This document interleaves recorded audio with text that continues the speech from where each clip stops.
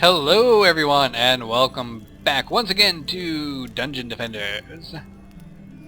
So, last time we took a look at two different levels that both had a similar sort of theme of attack.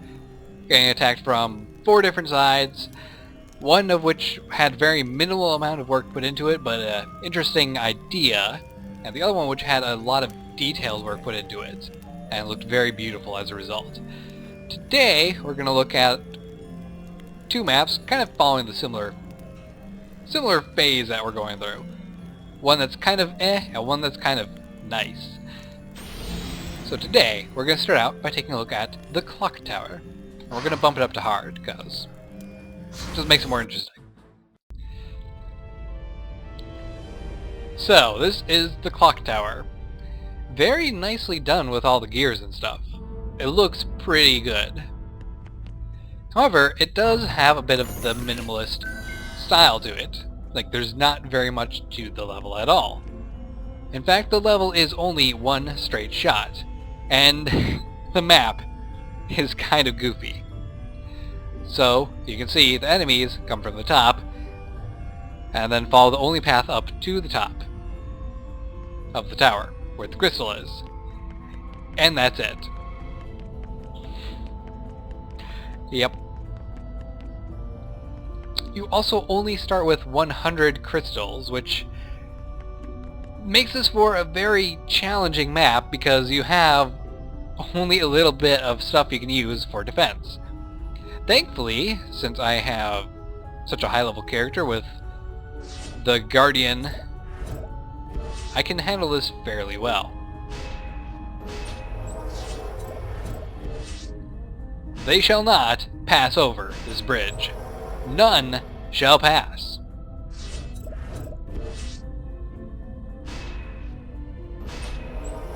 Alright.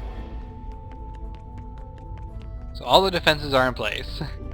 And sadly we have to run all the way up this tower. By the way, that is a nice looking clock. And these gears don't actually exist, although the top one does. Very peculiar.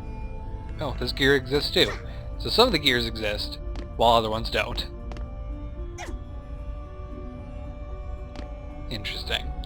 It's too bad the clock doesn't actually move, because the rod it's attached to does.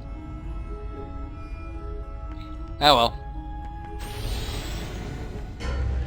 So open the floodgates, get down here to start boosting the towers. And the enemies actually all go straight to one side.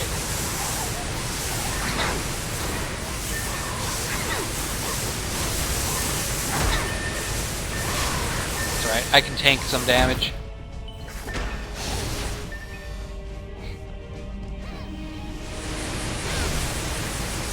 In fact, I think I'm going to go ahead and make use of the mana bomb if things get a little bit hairy.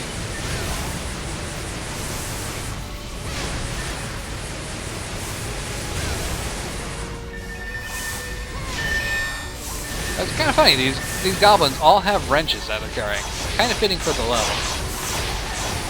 It's like they're coming to sabotage the clock tower, make it so that the defenders of the Eternity Crystals can't tell time anymore.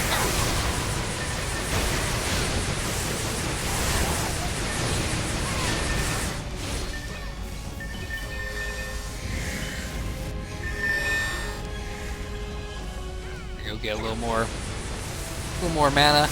And I'm actually going to go ahead and plop down a lightning tower. Just to make this defense a little less focused on me actually doing things, and more focused on killing as many enemies as I can as fast as possible.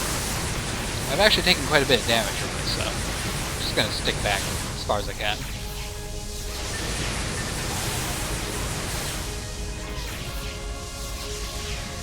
Look at the range on this lightning tower.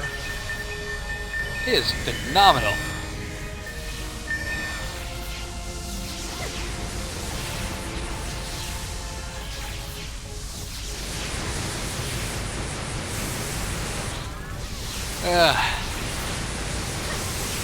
I'm starting to get bored.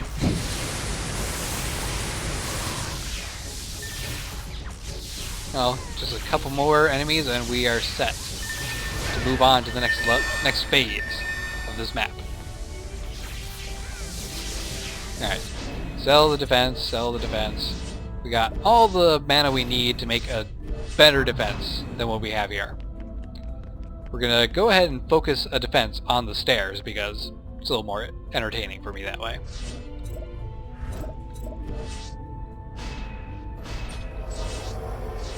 So what we're gonna do, not sell the defense, build the defense. We're gonna just have a ton of fireballs dropping down on the enemies from above.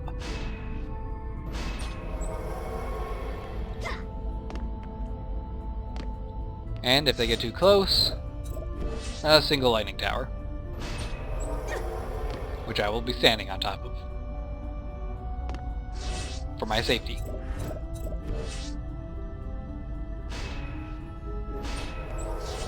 Because there aren't enemies immune to fire, so it's good to have a backup tower next to your elemental damage towers. Something that's different.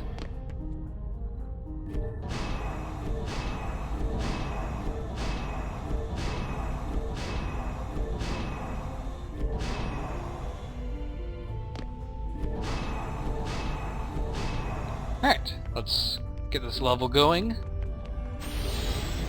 Oh, I don't want to forget the chest. With its single 100 crystal budget.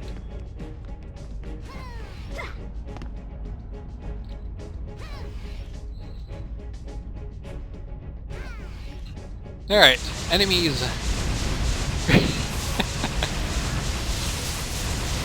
It's just a raging inferno at the base of this tower.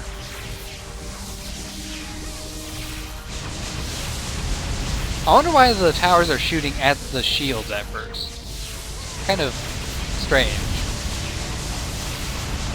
Oh well, I won't complain. So this is the clock tower. Fairly simplistic. You can tell that the person who made it didn't really get the pathing down very well. But overall the level looks fairly nice. It'd be interesting to see this level expanded on. I doubt that it will though, because I've had this level downloaded for over a year and it's not changed. So, if you want to try it, I recommend trying it on the hardest difficulty you possibly can do, just to see how big of a challenge you can tackle. Let's move on to the next level. Now this level, this is a beautiful, beautiful level. It's underground, it's got all these crystals floating everywhere, the walls look really good. There's carpets in the right areas. There's furniture, there's animated magical hammers working on things. And I think this is a broom. Yep, it's a broom. Now, what's cool about this level is it actually looks like a level that's been frozen in time. Like, this is an area where young apprentices would hang out. And something happened to it, causing everything to be locked in an eternal stasis. It's pretty well thought out too, because there's this area back here which has all of the stuff you'd expect from a tavern, just on a comically grand scale. You know, fitting for a video game.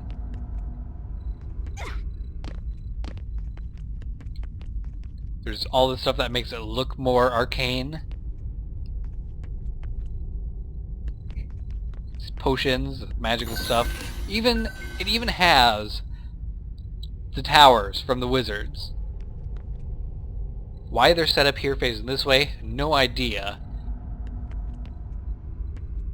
But it's all set up in a way to make you just kind of ponder what happened here to make all this happen.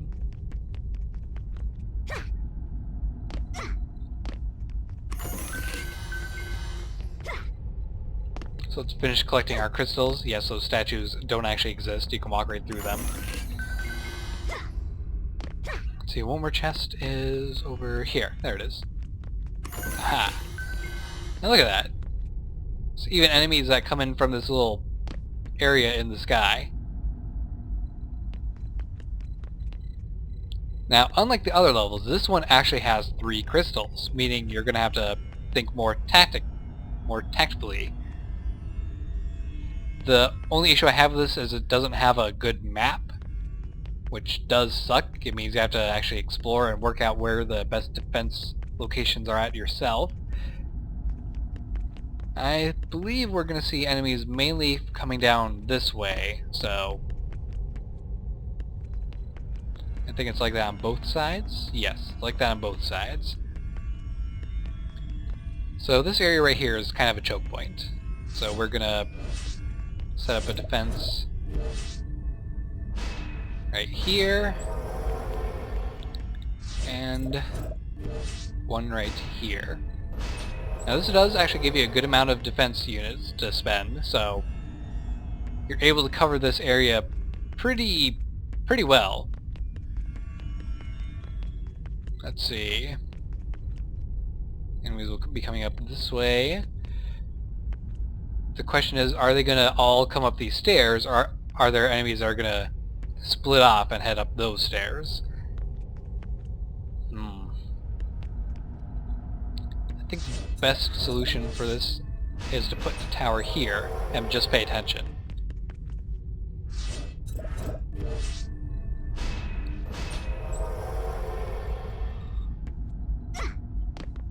Okay, so that's that area covered.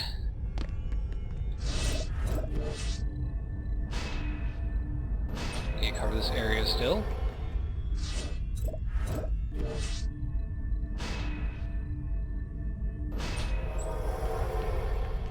Now the only other spot is the kitchen area. It looks like most of the enemies are going to be coming to a choke point right here, so we're going to take advantage of that.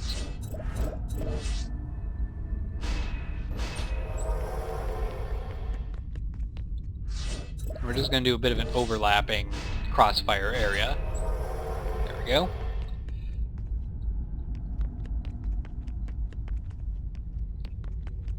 And let's give it a go.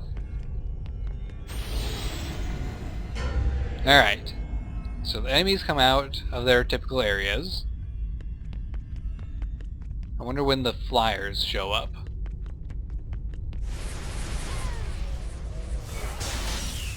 Ooh, we're under attack already.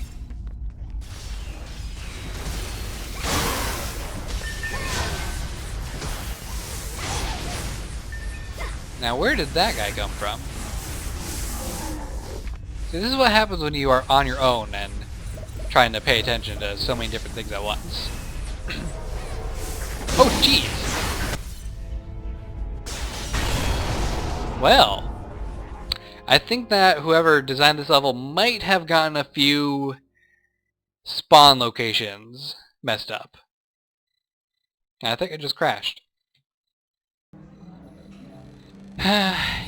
Yes, the level didn't actually crash the game. It just didn't have the "Hey, you failed" menu pop up, which is kind of sucky because that means I was stuck there because I couldn't click anything to get out of it. So today's a good example of some of the problems of downloading a map off the Steam Workshop and giving it a try. You're not always going to get a complete map that makes it possible for you to actually play the game. It's unfortunate. That's certain. It's very unfortunate. But it happens. So that's going to be it for this video today, guys. Hope you enjoyed. Don't forget to like, subscribe, and fave, and I will see you in the next video. Take care, guys, and goodbye.